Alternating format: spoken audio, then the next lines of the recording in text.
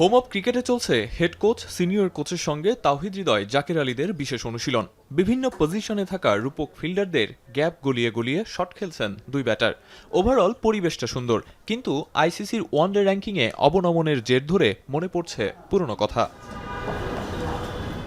ক্যালেন্ডারে ২০২৫ সাল, কিন্তু বাংলাদেশ ক্রিকেট ১৯টা বছর ক্রিকেট দুনিয়া প্রদক্ষিণ করে যেন ফিরে গেছে ২০০৬ সালে। মাঝখানে উত্থান পতন আছে, কিন্তু ঘুরে ফিরে সেই ১০-এর বৃত্তেই ঘুরপাক খাচ্ছে টাইগার টিম।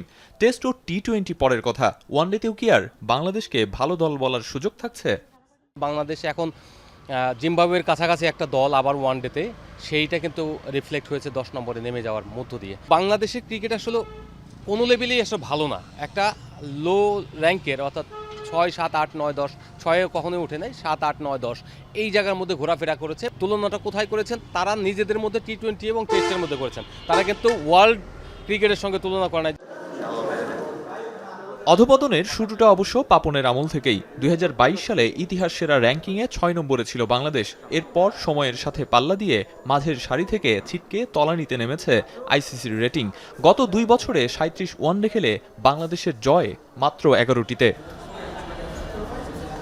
বাংলাদেশ ক্রিকেট দল খারাপ করলে তার প্রকোপ পড়বে ক্রিকেটার, কোচ কিংবা ম্যানেজমেন্টের উপর। কিন্তু সেই প্রকোপটা পড়েছে গণমাধ্যম কর্মীদের উপর। শিকার হতে হচ্ছে নানা রকম বিধিনিষেধের, যেন মাঠের ক্রিকেটটা গণমাধ্যম কর্মীরাই খেলেন।